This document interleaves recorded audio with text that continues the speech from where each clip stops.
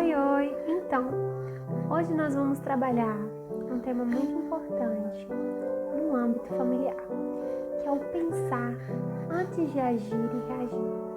Quantas vezes você, pai, mãe, até mesmo os filhos, não pensaram e já foram tendo uma atitude, um comportamento que não foi um dos melhores, não é mesmo?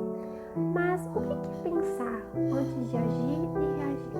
Eu vou estar lendo aqui para vocês e eu quero que prestem minha atenção na importância de pensar antes de agir e reagir.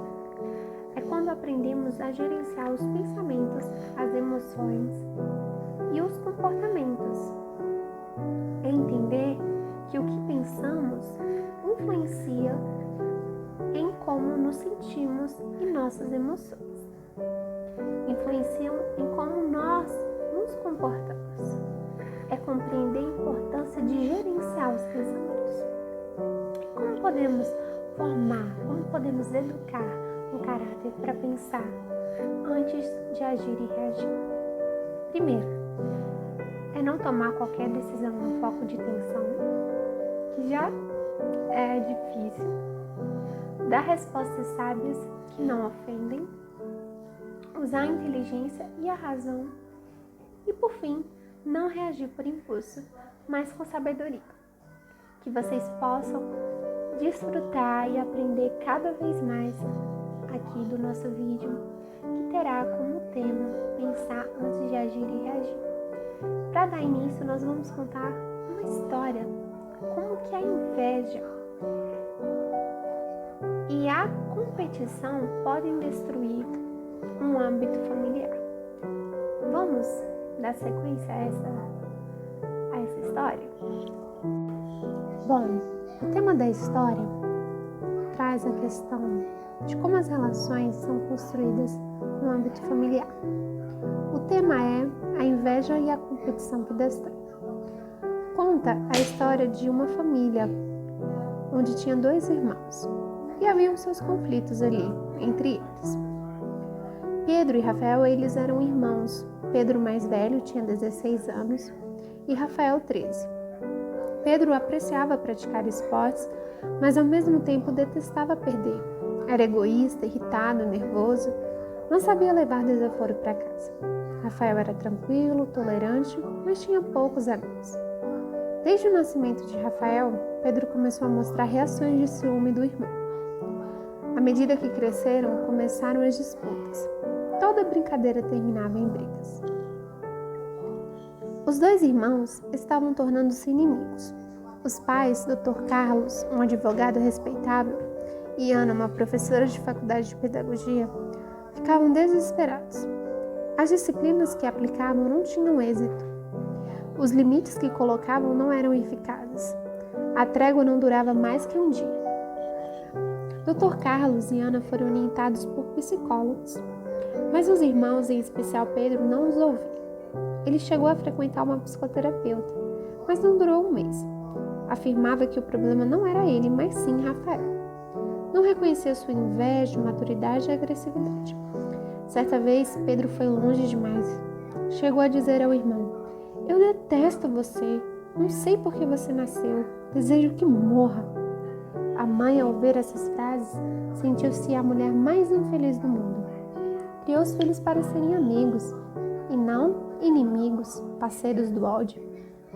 Dr. Carlos, como advogado experiente, sabia que as disputas entre irmãos eram comuns na adolescência, mas os seus filhos passaram dos limites. Tudo o que Rafael fazia irritava seu irmão. Cantar, falar, abraçar os pais, tudo perturbava Pedro. Com o passar do tempo, Pedro começou a fazer chantagens e a ter crenças falsas em relação a tudo. Não suportava um não, sem que em seguida dissesse que seus pais preferiam Rafael a ele.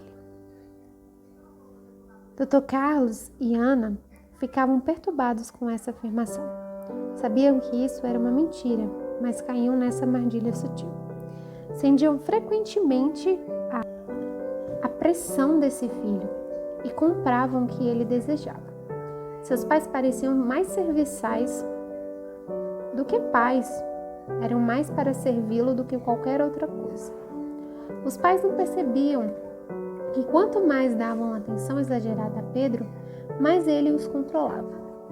Preferia os presentes ao diálogo, o prazer imediato a construir seus caminhos. Não sabia lidar com os nãos, amava apenas o sim. De vez em quando o Dr. Carlos perdia a paciência com Pedro. Dizia: "Você só me dá desgosto. Você faz todo mundo infeliz nessa família. Seu grande egoísta." O clima estava ruim, piorava. Todos ficaram doentes. Nessa família, os membros só conseguiam ficar sem atritos quando estavam assistindo a TV. A TV disfarçava o relacionamento conflitante. Tornaram-se uma típica família moderna, um grupo de estranhos. Bom, com o passar dos dias, Pedro foi à escola e encontrou seu professor Jefferson, um mestre da matemática da emoção. Seria mais uma aula de matemática, como tantas outras que nunca influenciaram sua vida. Entretanto, lá estava o professor Jefferson, um professor de matemática. Jefferson estudava a matemática da emoção à luz da teoria da inteligência multifocal. Entendeu que vemos o mundo pelas janelas na memória. Quanto mais abrimos as janelas na memória, mais podemos dar respostas inteligentes. O professor descobriu que há muitos tipos de janelas na memória, entre elas as janelas positivas, que ampliam o raciocínio, abrem um leque na inteligência, e as janelas negativas, que bloqueiam o raciocínio, assinam a lucidez e a tranquilidade. As janelas positivas contêm experiências prazerosas, como os elogios, autoconfiança, segurança, intuição, sensibilidade. As janelas negativas são os traumas, as zonas de conflitos, o inconsciente, que contém experiências dolorosas, como medo, angústia, rejeição, perdas e frustrações. Desenvolver a inteligência multifocal, aprender a abrir o máximo das janelas da memória para ver os problemas sobre vários ângulos, era muito importante para expandir a sabedoria. Então, Jefferson acreditou e teve esperança que seriam jovens que teriam uma mudança em relação a essas janelas, a expandir a sabedoria. Por isso, queria conscientizá-los para que aprendessem a proteger a emoção e não fossem dominados pelas janelas negativas. Sem ter consciência, Pedro construiu uma série de janelas doentias na sua memória, que tinha uma imagem distorcida de Rafael. Toda vez que tinha uma pequena disputa, detonava em Pedro um gatilho no seu inconsciente que abria essas janelas. E imediatamente a imagem ameaçadora de Rafael vinha no palco da sua mente. O Rafael de fora era uma pessoa dócil, mas o de dentro de Pedro tornara-se um monstro. O professor disse: "Vocês estão aqui na escola clássica para aprender matemática, mas se quiserem sobreviver lá fora na escola da vida, precisam aprender uma outra matemática." Os alunos surpresos Perguntou o curioso Luiz: "Qual, professor?" Ele olhou para as janelas e disse: "A matemática da emoção." Elizabeth comentou: "Nunca ouvi falar dessa matemática, professor." "Bons filhos aprendem a matemática numérica. Filhos brilhantes aprendem a matemática da emoção", respondeu o professor.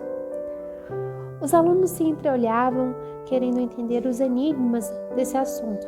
Dando um choque de lucidez na turma, o mestre disse que no universo da emoção devemos diminuir nosso orgulho para aumentar nossa maturidade, dividir nossas tristezas para multiplicar nossa alegria, diminuir nossa arrogância para perceber o sentimento oculto das pessoas, corrigir nossas rotas e repensar nossas verdades absolutas.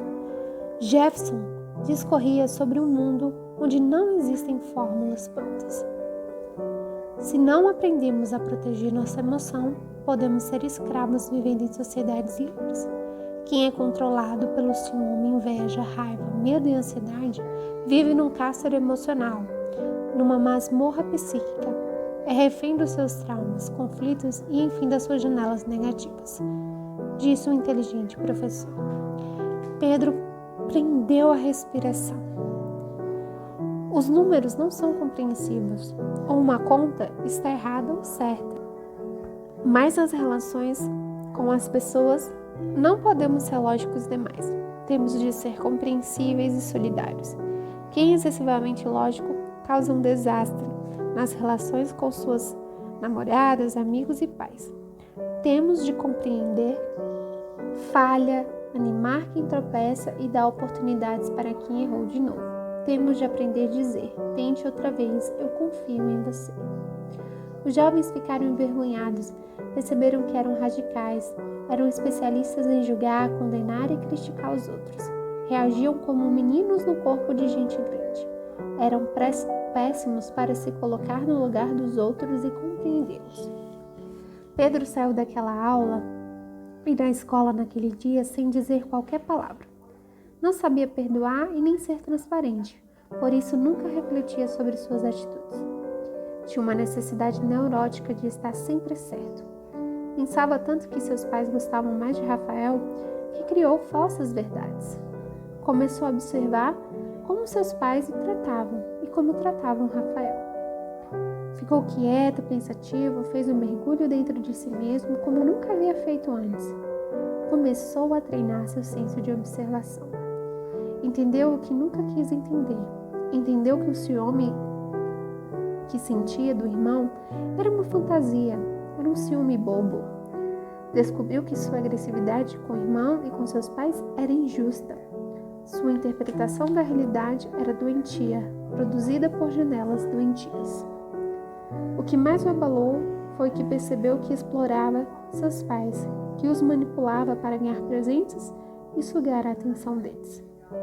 Entendeu que, em alguns momentos, Rafael recebia mais atenção e carinho dos seus pais, porque estava precisando. Em outros, era ele quem recebia mais atenção, porque necessitava. Enfim, compreendeu que os pais amam igualmente, mas podem dar atenção diferente. Certa vez, quando todos estavam reunidos no jantar, levantou-se da mesa e os surpreendeu. Pediu desculpas aos seus pais e pela primeira vez disse que os amava. Os pais ficaram boquiabertos.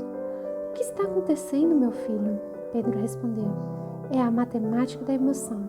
Papai, eu estou começando a aprendê-la. Disse com segurança. Foi até seu irmão e o abraçou, e em seguida disse palavras inimagináveis e com lágrimas nos olhos. Sei que o feri muito. Perdoe-me por não o amar, não dar um ombro para você chorar e por criticá-lo tanto. Você é meu único irmão. Quero aprender a ser seu amigo. Um dia certamente precisaremos um do outro. Então eles se abraçaram como nunca fizeram. O relacionamento naquela família sofreu uma grande revolução. Pedro era fechado, isolado e dado a pouco diálogo. Todavia, tornou-se lentamente um jovem agradável e sociável. Descobriu que a matemática financeira compra roupas, mas não o amor. Compra o título do clube, mas não a alegria. Compra o bilhete da festa, mas não o prazer. Compra os barcos, mas não ensina a navegar nas águas da emoção. Então, essa lição, essa história, nos fez refletir e pensar quanto é importante pensar, controlar as janelas negativas, controlar as janelas positivas, as memórias, para que a gente possa ter atitudes que condizem com o nosso pensamento, para refletir nas nossas atitudes, ações e reações que façam os filhos, verem comportamentos melhores em seus pais, em seus irmãos e vice-versa. É muito importante a gente praticar a importância de cruzar mundos emocionais e compartilhar a sua história. Então, que essa lição possa trazer mudanças significativas para nós.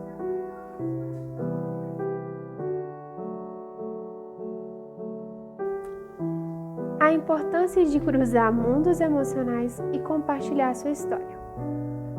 A história em que aprendemos hoje em relação a Pedro e Rafael nos contou como a inveja e a competição podem destruir as relações nos lares. Mas, em relação à importância de cruzar mundos emocionais e compartilhar a sua história, podemos refletir em 4 questões. A primeira: alguns querem controlar as pessoas que amam, e ainda outros querem que todos façam todas as suas vontades, assim como Pedro tinha uma relação de domínio com seus pais. Uma pessoa que deseja controlar os outros não é livre dentro de si mesma. Vamos pensar nisso, compartilhar sobre isso e refletir se estamos fazendo o mesmo com as pessoas que amamos. Segundo, devemos treinar nosso senso de observação. Observe seus comportamentos nas relações sociais. Faça uma autocrítica e analise se você é gentil, educado, solidário com as pessoas que você ama ou se as machuca sem perceber. Terceiro, podemos aprender com o professor Jefferson que as janelas, principalmente as janelas negativas, nos primeiros 30 segundos que entramos nelas ou nas zonas de conflitos, podemos cometer os maiores erros de nossas vidas. Podemos tomar atitudes ou falar palavras que nunca deveriam ser ditas. Podemos pensar sem antes agir e reagir. Na verdade, nós podemos agir e reagir sem antes pensar. E por fim, a quarta é que a inveja que se tem de irmãos ou de outras pessoas é frequentemente fundamentada no vazio, em fantasias que criamos. Não queira ser o que os outros são, queira ser o que você é. Devemos explorar nosso potencial e saber que a inveja nos bloqueia, paralisa a nossa criatividade. Então busque cada vez mais a sua essência.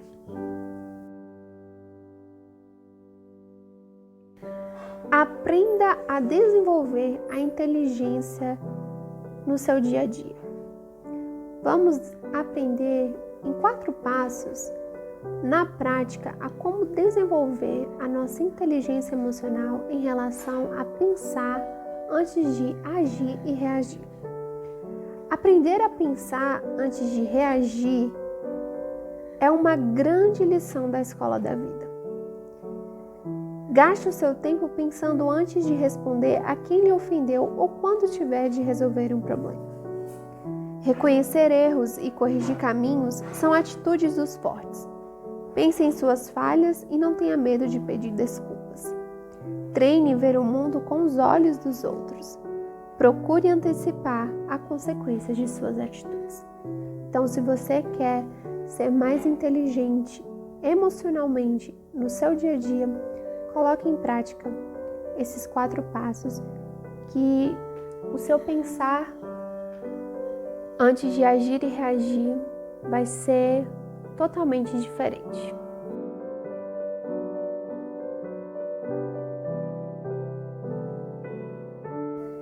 Oi pai, oi mãe que pôde acompanhar essa série de vídeos que nós trabalhamos o tema pensar antes de agir e reagir. Nós trabalhamos ali a história de Pedro e Rafael com seus pais e as mudanças que, por consequência das suas janelas negativas e positivas, ele foi mudando e foi revendo seus conceitos, as suas atitudes. E em seguida, nós podemos ver 4 pontos de como é importante cruzar o mundo das emoções e compartilhá-las.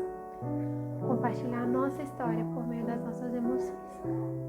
E também podemos ver como podemos desenvolver a inteligência emocional no nosso dia a dia. E por fim, eu quero convidar para fechar com chave de ouro esses vídeos e estimular vocês à prática, irem à prática. Como? Vocês vão pegar na casa de vocês um diário, um caderno que não estejam mais usando, tanto os pais quanto os filhos.